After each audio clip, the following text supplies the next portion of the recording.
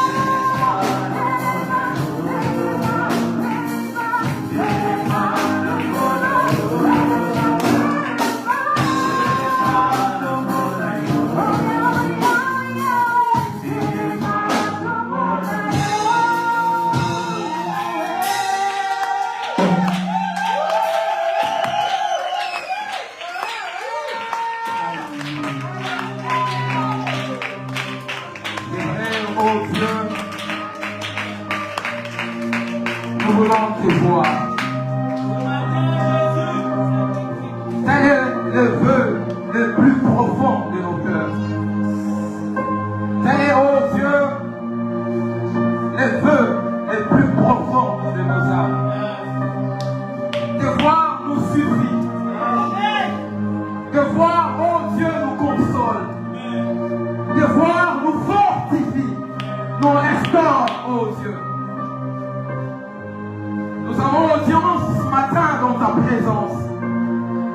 Une audience spéciale, oh Dieu, particulière, qui dépasse toutes les audiences du monde. Voilà pourquoi la Bible déclare qu'un jour dans tes parvis vaut mieux que 1000 passés ailleurs. Oh Dieu, dans ta présence, la verge d'Aaron fleurit. Oh Dieu, les mêmes jours, la même nuit, oh Dieu, la verge produit des bourgeons. Oh Dieu, dans ta présence, il y a la fécondité. Ce qui ne produit pas ailleurs. Quand ça entre dans ta présence, ça produit. Ta présence est porteuse de vie, porteuse d'énergie, porteuse de vigueur, porteuse de tout ce dont on peut avoir besoin et de tout ce qu'on peut désirer et espérer. Merci parce que tu es là ce matin. Merci pour ta présence qui remplit ces lieux. Merci pour cette huile fraîche qui coule sur nos têtes. Merci les dieux du révérend pasteur Arnaud et Lisette. Merci d'être avec nous ce matin. Merci de nous utiliser. Merci de parler au travers de nous. Et merci de bénir ton peuple au nom de Jésus-Christ. Nous avons ainsi prié et nous acclamons le roi de roi. Acclame le roi de roi, acclame Jésus.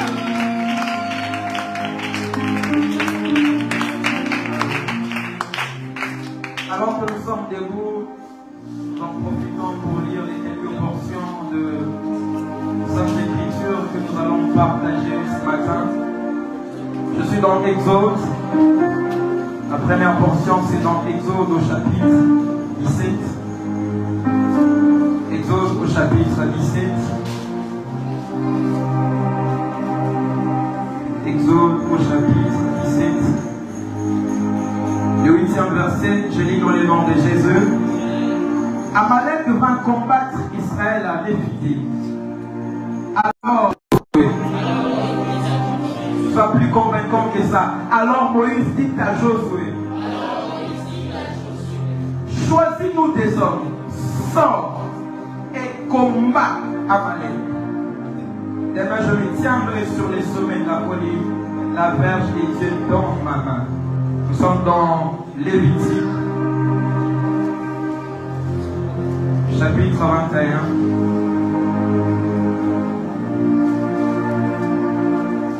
Le 8e verset.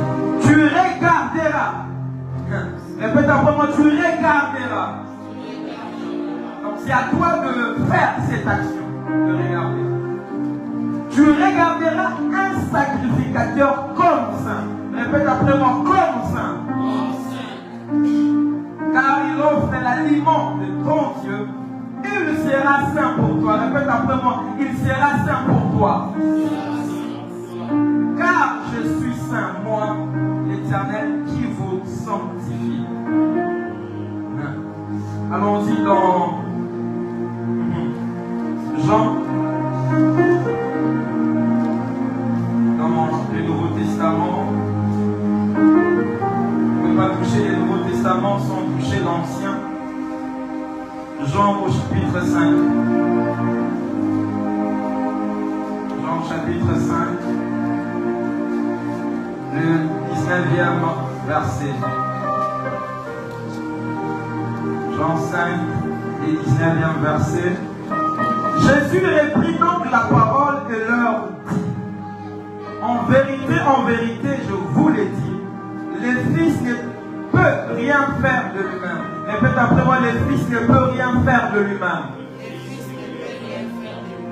Il ne fait que ce qu'est-ce qu'il doit faire au Père? Faites après moi. Il ne fait que ce qu'il doit faire au Père. Et tout ce que le Père fait, le Fils aussi le fait pareillement. Terminons dans Luc. C'est très important, ces différentes écritures que nous donnons.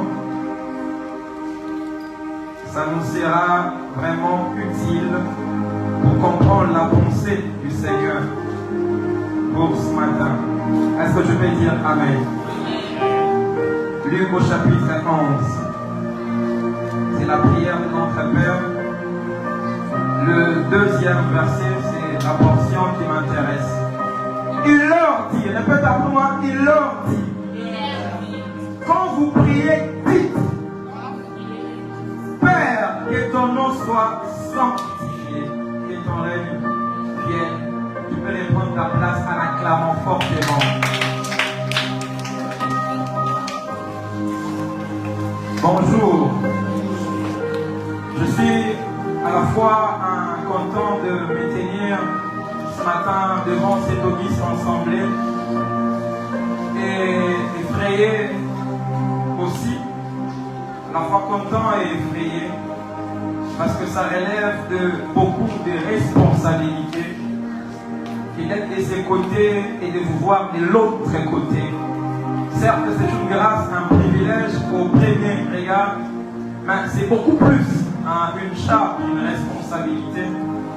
Voilà pourquoi il est écrit qu'il n'y ait pas beaucoup d'enseignants parmi vous, car ils seront sévèrement punis. Est-ce que je peux dire Amen? Mais nous demandons au Seigneur de nous faire grâce, d'être en train de dire sa parole telle qu'elle doit être dite. Est-ce que je peux dire Amen? Nos remerciements à l'endroit du couple pastoral. Là, je vois maman Charlène et le révérend Arnaud et Lisetina pour cette marque de confiance envers notre modeste personne. Et merci beaucoup de faire cette confiance.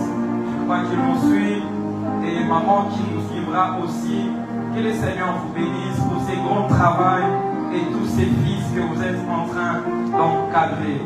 On reconnaît la touche d'un père quand il n'est pas là et on peut voir ce que ses fils font et beaucoup d'honneur, de référence à l'endroit de votre père. Est-ce qu'on peut acclamer pour célébrer l'onction? Célébrer l'onction sous laquelle nous sommes.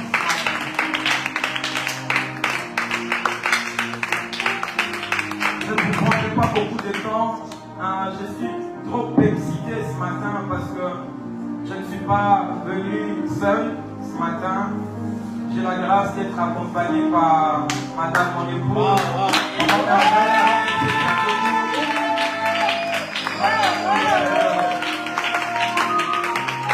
Alléluia. Seigneur, tout honneur. La loi de l'honneur est très importante. Quel type de fidèle pour une église locale? Quelle est la thématique qui nous a réunis durant cette semaine? Quelle est la question, je crois, d'actualité à laquelle nous nous évertuons à répondre? Et nous n'avons pas la prétention de traiter cette question dans toute son entièreté. Nous pouvons que toucher à certains aspects et nous croyons qu'il y a des travaux similaires, des travaux de ce genre qui sont abattus dans la capitale, dans notre pays, et le Seigneur est en train de parler à son Église.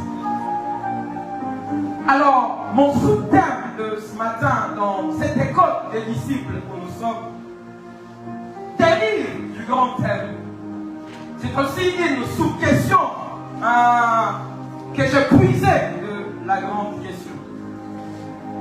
Alors, cette sous-question dit tout simplement, quel type de fils pour accompagner le Père? il y a des choses que nous sommes appelés à faire auprès du Père, sous lesquelles le Seigneur nous a placés. Auprès du Père que le Seigneur a établi sur nous. C'est ça l'importance ou la raison d'être de cette question. Quel type de fils pour accompagner le Père ou pour accompagner la vision du Père? Et d'entrée de jeu, j'aimerais dire à quelqu'un que la vision, c'est le Père qui le reçoit. Donc la vision est du ressort du Père. La vision est la marque de fabrique du Père. La vision, c'est dans les cordes du Père. La vision n'est pas pour les fils, mais pour les pères. Mais le Père a besoin des gens pour l'accompagner dans la réalisation ou la concrétisation de cette vision. Voyez-vous? Et ce sont des fils que nous sommes, que vous êtes. Vous êtes dans cette maison pour un but. Vous êtes venus accompagner une vision, accompagner un ministère. Alors, quel type de fils? Ce n'est pas n'importe quel fils qui viendra comme ça et qui va accompagner la mission de Dieu, la mission que Dieu a confiée à son service. Donc, d'où la nécessité d'établir rapidement, peut-être de manière succincte, ces profils de fils. Ces profils de fils pour accompagner le Père. Est-ce que je parle à quelqu'un? La vision du Père a besoin de l'accompagnement du Fils. Les fils sont les accompagnateurs de la vision du Père. Parce que le Fils, lui, n'a pas de vision. Je suis dans Jean, au chapitre 5, les 19e verset.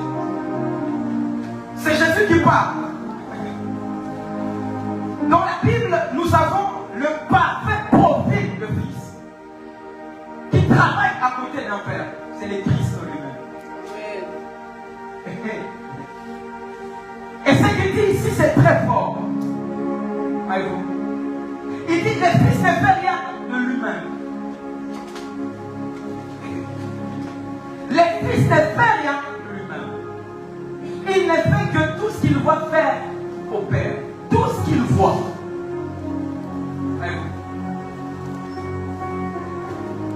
Tout ce qu'il voit faire au Père, c'est ce qu'il fait. Et Jésus lui-même en a été l'exemple parfait. Quand Jésus est descendu sur cette terre, ce n'était pas pour agir de lui-même.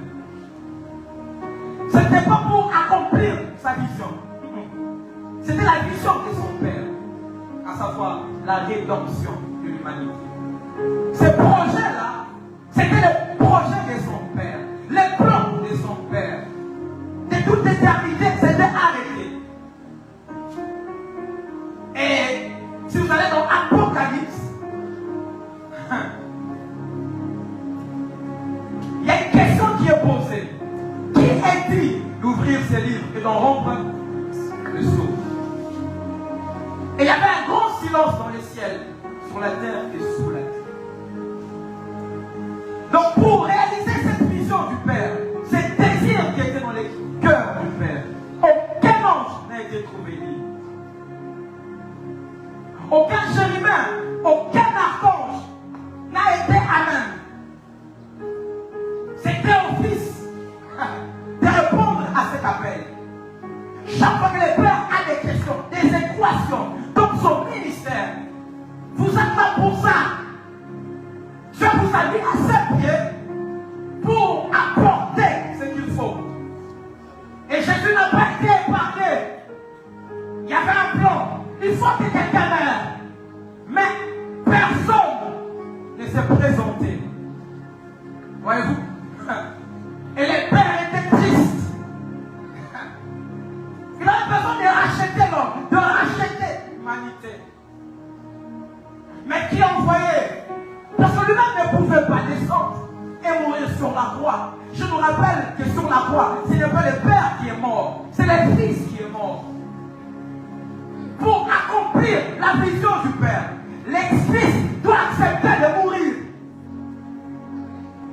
Donc, avons-nous des fils aux côtés de père, mais qui sont morts?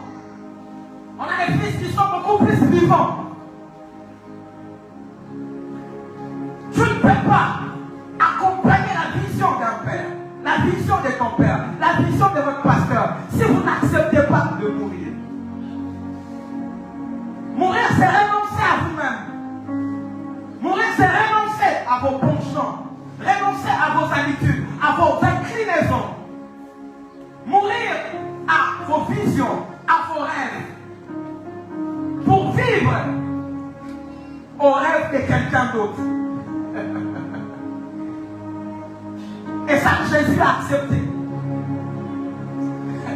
Alors des gens dans l'île de Patmos pouvaient pleurer. L'un des anciens lui dit, ne pleure point. Voici les lions de la tribu de Juda. Les rejetons que David a vaincus. Et c'était l'agneau, c'était les fils. Donc chaque fois que le père a des problèmes, la solution proviendra du fils. Tu ne m'as pas compris. Je sais, chaque fois que le père a des problèmes, la réponse, la provision sort du fils.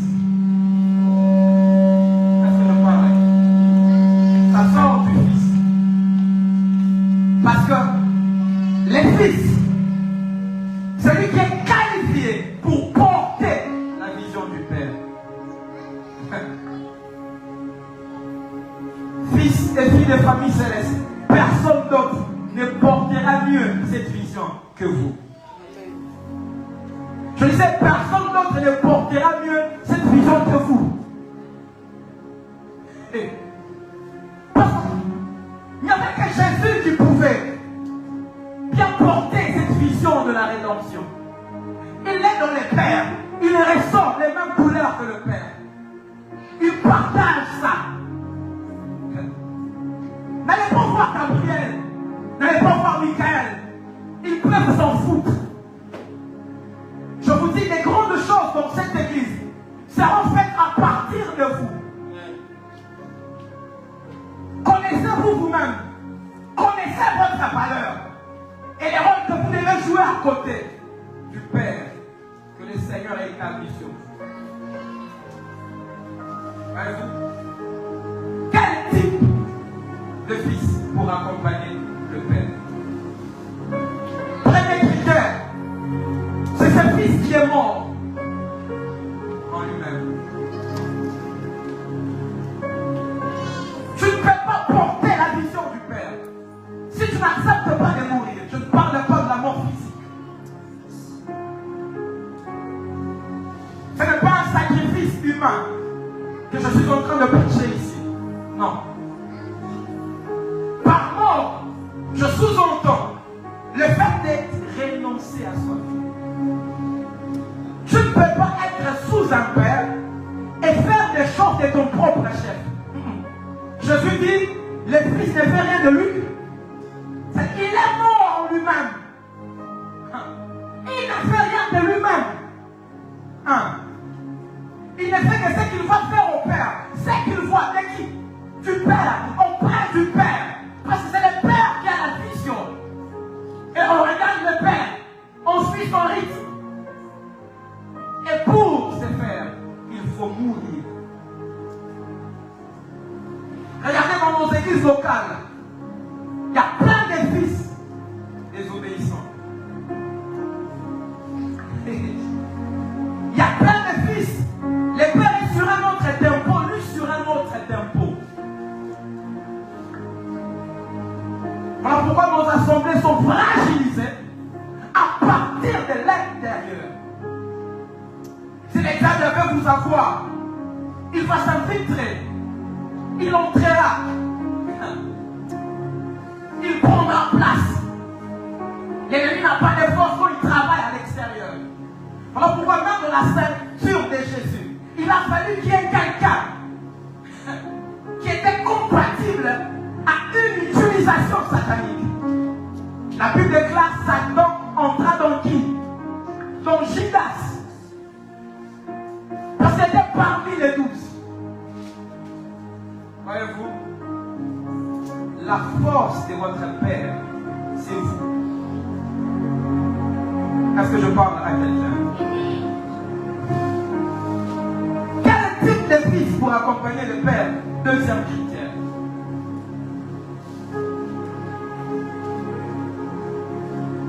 Dans Lévitique, il est écrit au chapitre 21, le 8e verset.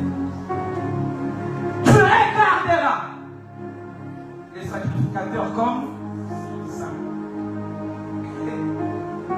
Il sera ça pour toi. Je veux dire quelque chose à quelqu'un. Si votre pasteur est pasteur, il est d'abord pasteur pour vous. C'est-à-dire, si le monde de l'extérieur ne croit pas encore en lui, ça ne fait rien pour vous. En foutez-vous. Ce n'est pas votre affaire. Il est d'abord ça pour vous. Donc votre perception de lui, c'est comme ça que vous devez les regarder. C'est comme ça que vous devez les voir. Tu regarderas. On ne regardera pas pour toi. Il n'y a pas quelqu'un qui va les considérer à ta place. Il n'y a pas quelqu'un qui va les regarder pour toi. C'est à toi de les voir. C'est à toi de les regarder. Tu regarderas les sacrificateurs comme ça. Attention, on n'a pas dit qu'il est saint. Ça ne veut pas dire qu'il n'est pas saint, parce qu'on n'a pas dit qu'il est saint. Mais on a dit que tu les regarderas comme je vais prendre. On n'a pas dit qu'il est saint. Ça ne veut pas dire qu'il n'est pas saint. On a tout simplement dit que ton regard sur lui, tu dois le voir comment. On a dit qu'il va manquer de faiblesse. Il peut être coléreux. Hein? Il peut être trop impulsif. Il peut être ce qu'il est là. Mais ta perception de lui. Bien aimé, nous jouons aujourd'hui à côté de mon Père. Avant Père, quelqu'un comme Jésus, qui dit à Pierre et aux autres, mais tout le monde est parti, vous attendez quoi? Il ne supplie pas les gens. Si Jésus avait une église locale, je ne sais pas s'il y aurait des membres dans cette église. Tout le monde fuirait. Aujourd'hui, les fidèles dans l'église locale sont tellement capricieux et quelqu'un peut claquer la porte et partir parce que le pasteur lui a mal parlé. Quelqu'un peut abandonner les prières parce que le pasteur lui a fait un reproche. Le pasteur lui a réprimandé. Immature.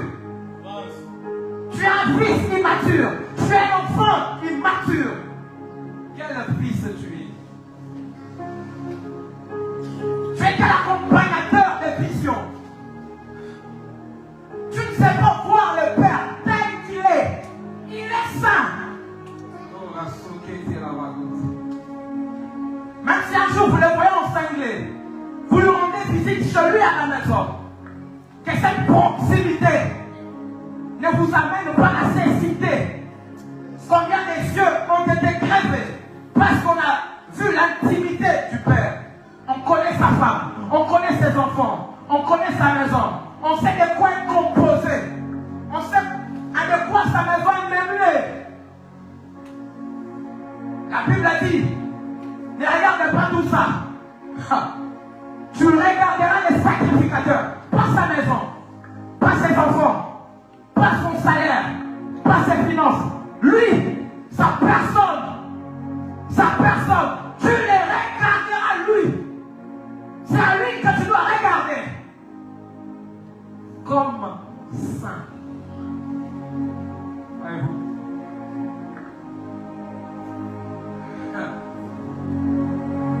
Ça, c'est le deuxième critère de fils digne à accompagner le Père.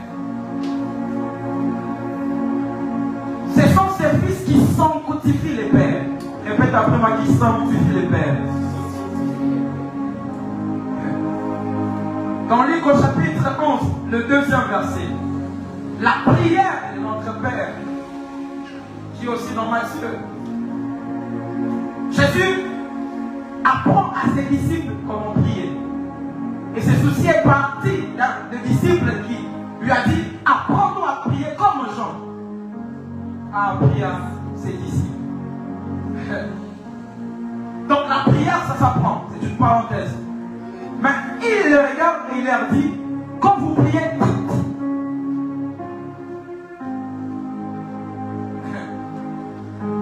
Quand vous priez, dites.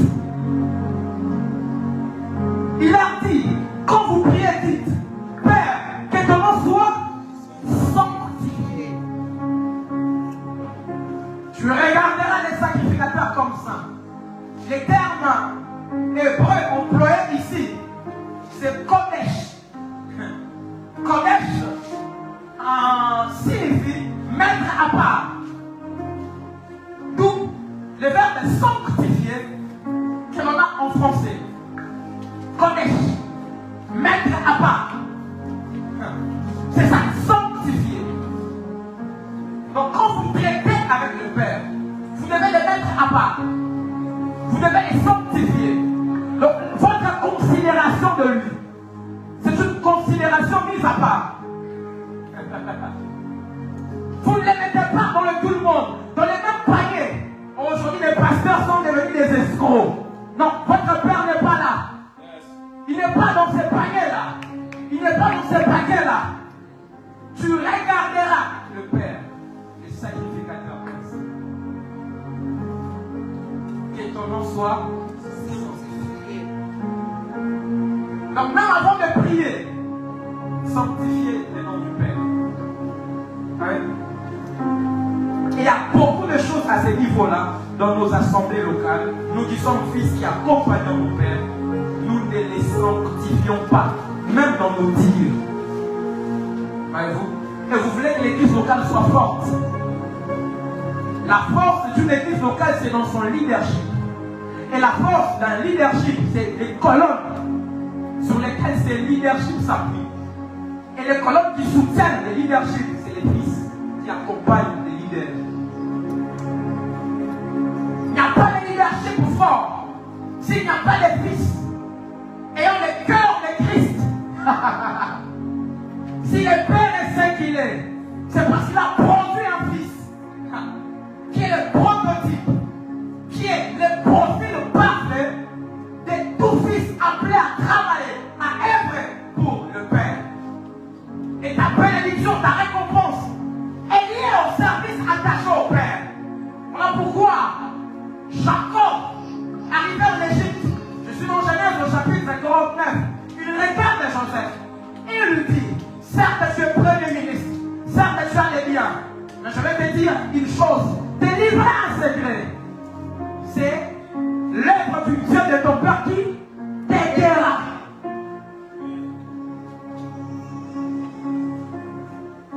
Il n'y a pas de bénédiction si tu ne travailles pas pour le Père. Même Jésus a été béni parce qu'il a travaillé pour son Père. Est-ce que je peux dire amen? C'est très important de connaître ces choses. Quand on les connaît très tôt, ça nous épargne de beaucoup de choses demain. Voyez-vous? Je vous disais que cette église est en train de décoller. Et il y a beaucoup d'âmes qui viendront en ces lieux. Mais vous qui êtes un nombre échantillonnaire, embryonnaire, des colis célestes, des colis divins qui arrivent, vous devez être prévenus sur un certain nombre de choses, afin d'encadrer ceux qui viendront après vous. Ils doivent trouver des bases. Et c'est vous, voyez-vous, solidifiez les leadership de votre Père en les sanctifiant. Votre regard de lui. Voyez-vous. Troisième critère. Je suis dans Exode, chapitre 17. Ça me trouble. C'est parmi les textes qui me troublent. C'est parmi les textes qui me troublent. Il est question du combat contre Amalek. Voyez-vous? Alors qu'Israël campe à Rephidim, après sa sortie d'Égypte, après avoir traversé la mer Rouge, Israël commence ses campements. Et je crois que Rephidim c'était le premier campement.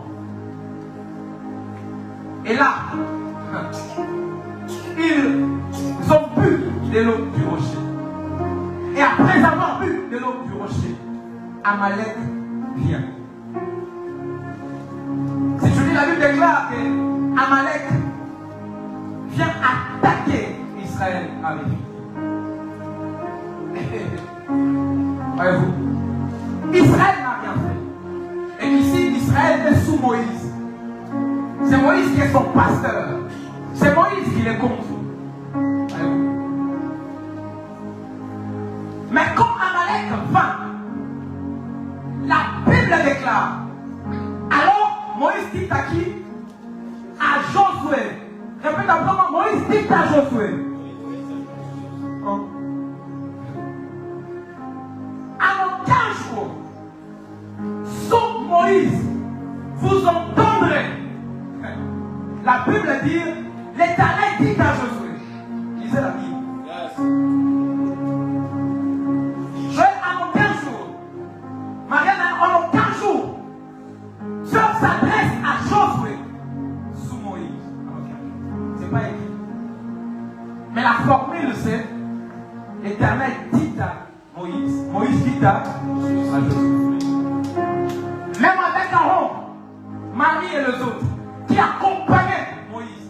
Elle était ses frères biologiques. Mais avant 15 jours, Dieu a parlé à Aaron.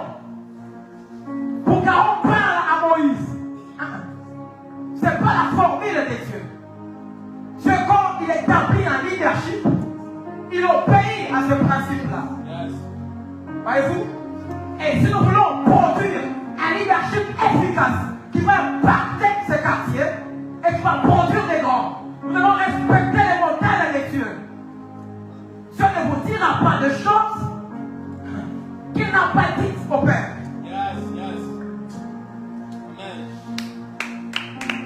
Acclame le Seigneur.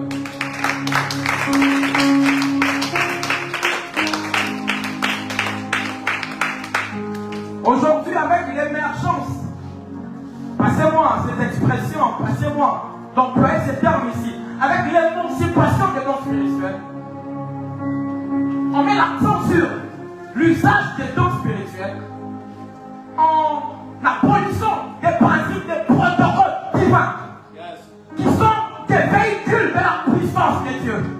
Voilà pourquoi il n'y a pas de gloire. Il y a l'exercice des dons sans gloire. Tu peux exercer les dons sans gloire. Parce que pour que la gloire s'établisse, s'investisse, il y a un protocole divin qui investit la gloire, qui installe la gloire. Et c'est de ça que je suis en train de vous parler. Quand on est là que vint, voyez-vous, Moïse dit à Josué, chaque fois que votre pasteur vous parle, c'est Dieu qui vous parle. Je n'ai pas vu Josué poser la question à Moïse. Où est-ce que Dieu a parlé? Quels étaient les détails? Des fils impolis, des fils indociles, plus spirituels que le Père. Après Dieu a dit quoi? Tu n'as pas demandé au Père ce que Dieu a dit. C'est de l'impolitesse, ce n'est pas le protocole. Tu as à attendre ce que le Père va te dire. Et comme si tu vibres par rapport au dire du Père. Donc Josué était en place. Josué a certes vu Amalek. Certes, Josué a intercédé aussi. Mais je ne vois pas Josué initier une action, initier une démarche. En dépit de son génie militaire, en dépit de ses études faites, en dépit du profil qu'il présentait, Josué attend le Père. C'est quand le Père parle. Moïse dit à Josué, choisis-nous des hommes. Va, combat Amalek. C'est au singulier. Combat. Qui combat? Répondez-moi, qui combat? Qui combat Amalek? Mais qui dit à Josué? Non, tu n'es pas avec moi. Qui combat Amalek? Mais qui dit à Josué? Donc, qui combat Amalek maintenant? Allons-y dans ces syllogismes.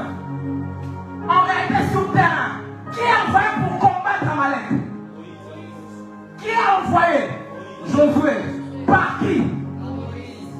Sur la colline, au front, qui combat? À qui on a dit choisir des hommes? Josué, n'est-ce pas? Mais en réalité, qui combat? On a des disciples aujourd'hui. On a des fils. Parce que le Père n'était pas à l'intercession. Parce que le Père n'était pas au séminaire. On a l'impression que le Père s'est affaibli.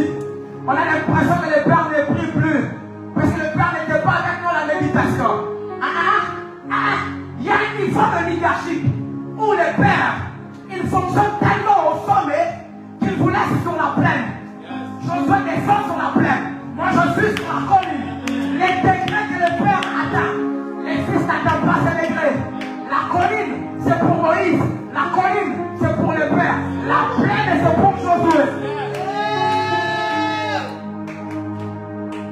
Mais la force de celui qui est sur la plaine dépend de celui qui est à la colline. En réalité, qui est sur la plaine? En réalité, qui est sur la plaine?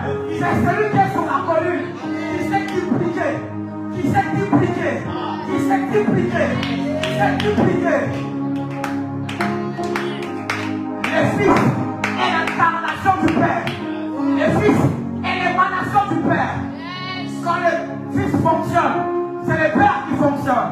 Les principes disent, le Fils ne fait rien de lui-même. Chaque fois que tout ce que tu fais engage le Père, tu ne le fais pas de toi-même. Et quand tu le fais, en réalité, ce n'est pas toi qui le fais. C'est le Père qui le fait. C'est le Père qui le fait. C'est le Père qui le fait. Alors que je parle, reçois l'onction paternelle.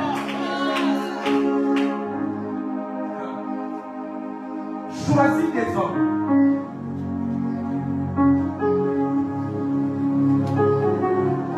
Le troisième profil, critère, c'est le profil de Josué. L'église locale a besoin de fils du type de Josué. Celui qui combat Amalek, celui qui va saigner au front, celui qui jeûne, il entre en retraite, il est au front, il peut saigner là-bas, il vide ses poches, ils sont les coups. Mais il y a une couverture paternelle sur lui. Mais c'est lui qu'on voit.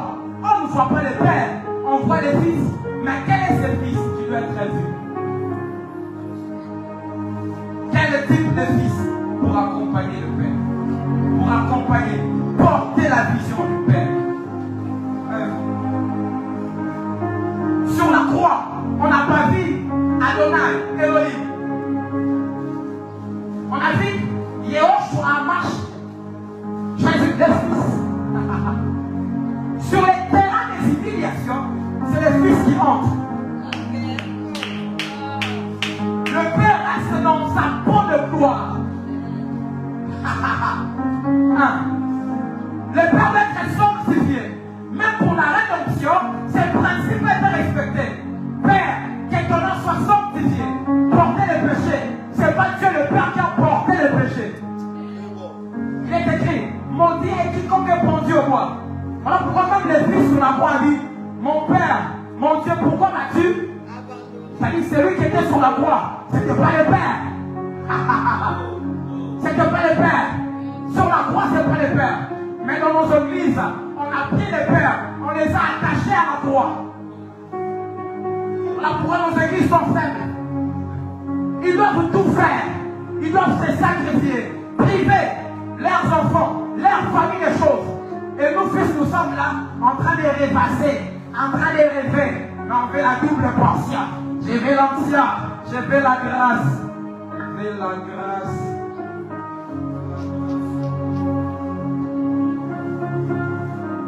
On voit le couple pasteur. On a besoin aussi d'être un couple pastoral. Regardez des envies déplacées. Vous connaissez le prix à payer? Toutes ces femmes, des hommes des dieux. Vous connaissez le prix qu'elles payent. Ce sont les apparences. Ce sont les applaudissements que vous recherchez.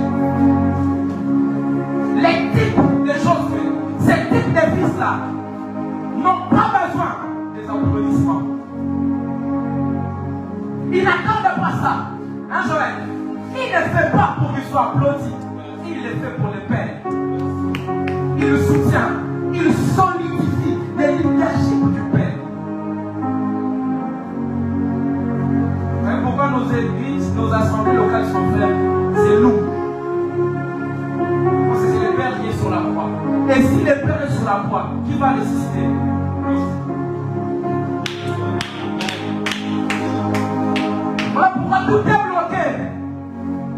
crucifié le Père sur la croix, au lieu que nous les fils, nous prenions la croix. Il n'y a pas de résurrection. Parce que c'est le Père qui ressuscite les fils.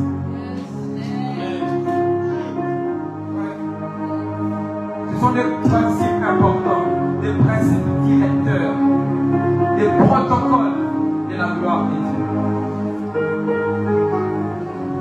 Bref.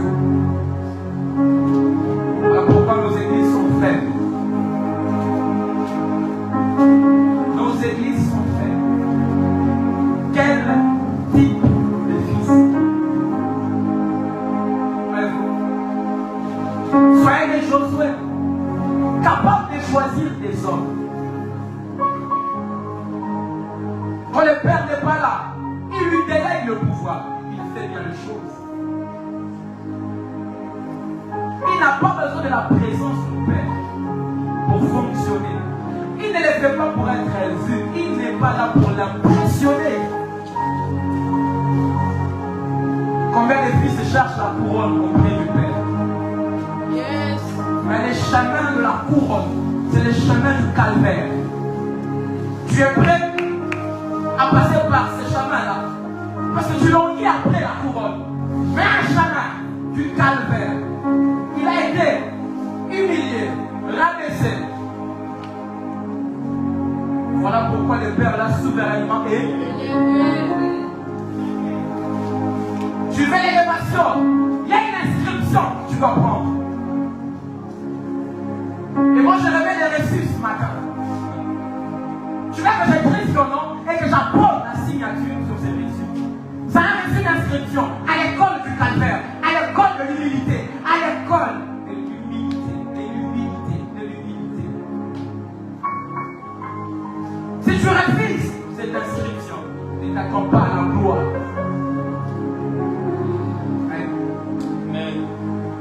Ne t'attends pas à la gloire. Josué, c'est ce type de fils qui prend les risques d'aller au front contre Amalek. Attention, les Amalécites, ce n'était pas n'importe quel peuple. C'était fort. C'était des géants. Josué n'a pas eu peur. Il n'a pas dit au Père, tu me livres en pâture et toi tu vas te reposer là-bas. Non. Lui fait que le Père se repose pour qu'il reçoive du Père. Aujourd'hui, fils que nous sommes, d'abord on a épuisé nos pères, ils n'ont plus rien à nous donner. On ne sait pas les épauler, on ne sait pas les décharger pour qu'ils aient du temps à chercher Dieu pour nous. Ils doivent être omniprésents à l'église, omniprésents dans les départements. Ils doivent être omniprésents dans les départements. Et c'est quand ils sont là, c'est quand il est là, on fait bien les choses. On va bien répéter ce jour-là en chorale, parce que le pasteur est venu. Les hypocrites.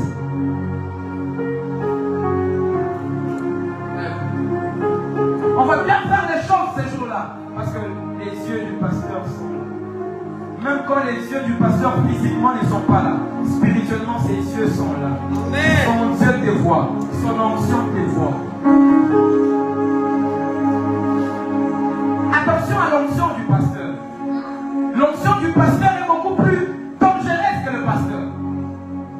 Tu peux rire avec le pasteur, il rit avec toi, mais son onction te frappe. Parce que tu es un poli. C'est l'onction de Moïse qui a frappé Marie de lèpre. Joël, où est-ce que Moïse a prononcé la lèpre sur Marie? Nos églises sont remplies de lépreux. Que les fils lépreux, des filles lépreuses. On ne sanctifie pas le Père. On ne les sanctifie pas.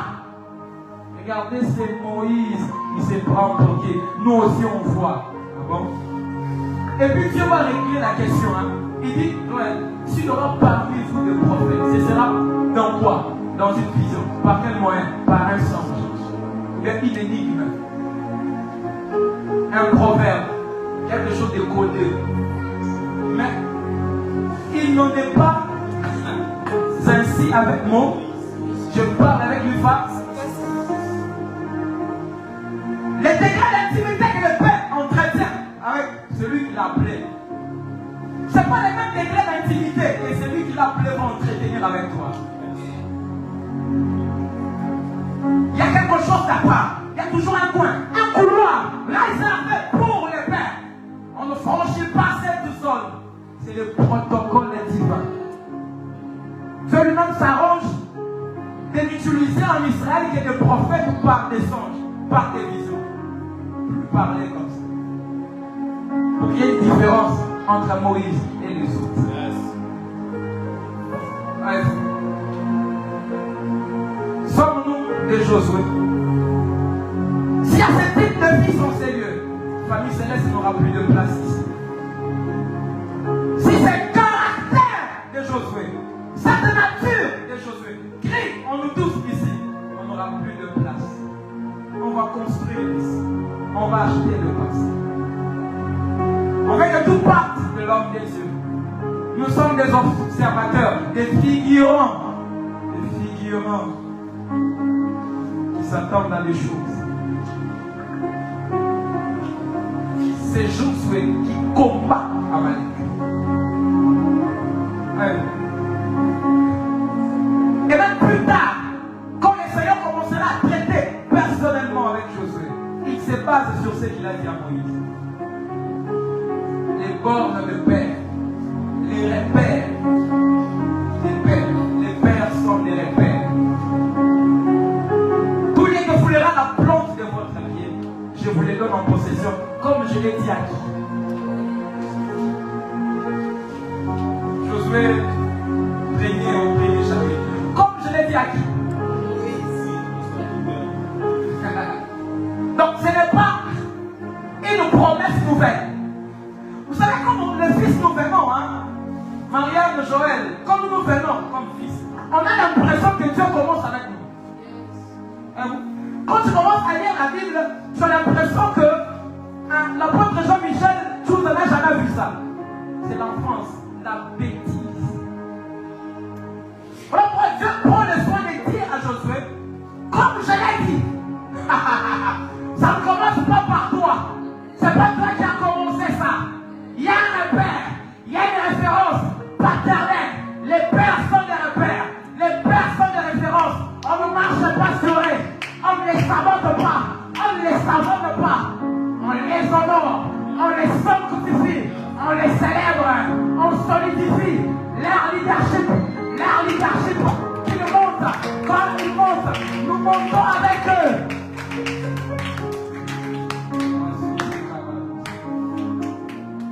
Quand ils montent, nous montons avec eux. Allez-vous. Donc l'Église souffre de ces types de fils. Quelqu'un qui a grandi quand il entre dans une église, une assemblée locale, il ne regarde pas les pasteurs, il regarde les jeunesses.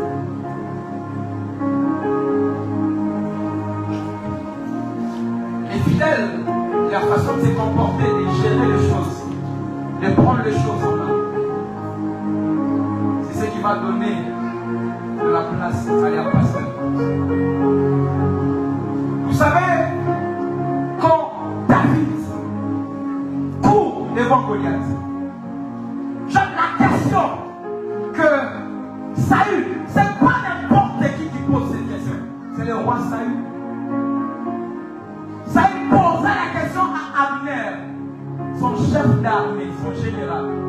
Il dit, de qui ce jeune homme es-tu?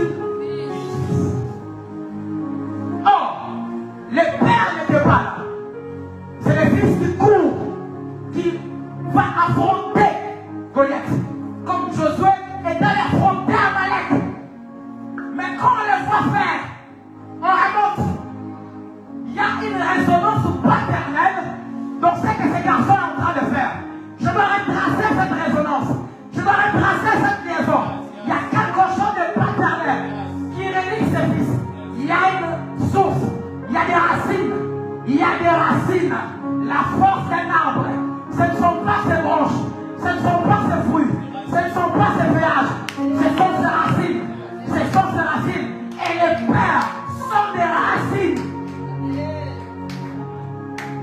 racine, c'est la chose qu'on ne voit pas. Mais on voit l'arbre. On voit les manguiers, on voit les mangues. Les feuilles, on cueille, on croque. C'est succulent. Mais qu'est-ce qui maintient tout ça? Les racines. Mais est-ce qu'on voit les racines? C'est qui les fils? Donc, quelqu'un d'averti, quand il voit un fils fonctionner, il ne s'interroge pas sur le fils. Il s'interroge sur le père. Parce qu'il n'y a pas de fils sans père. Même Jésus a une généalogie. Dans Hébreu, il est écrit, tu es mon fils, je t'ai engendré aujourd'hui. Au commencement était la parole était avec Dieu, et la parole était Dieu.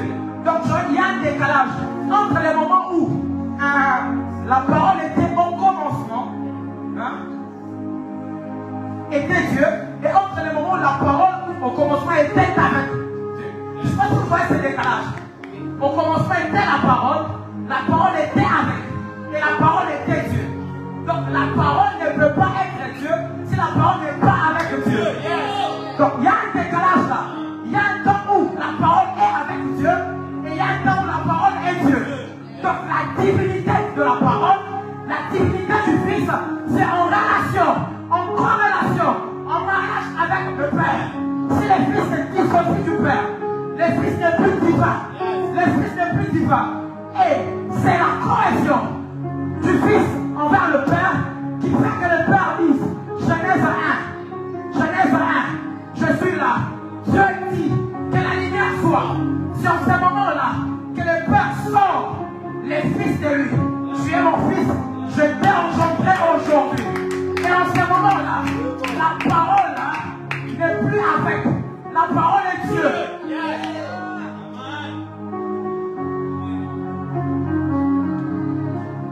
Est-ce que je parle à quelqu'un?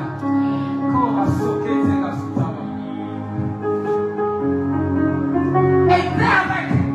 On n'enlève pas cette préposition-là. On n'enlève pas avec. Avec, c'est la préposition qui a une nuance d'accompagnement.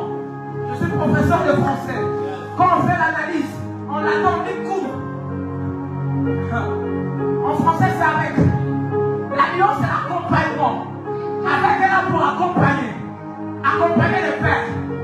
Voyez-vous? Mais il y a un moment où, tellement qu'on accompagne le Père, avec va se fusionner. Avec les sujets de son accompagnement. Plus Élisée est attaché à Élie. Et il l'accompagne. Il y a un moment où on ne voit plus Élie. On voit Élisée. Élie est allé où? On croit qu'il est monté. Non. Il est resté dans Élisée.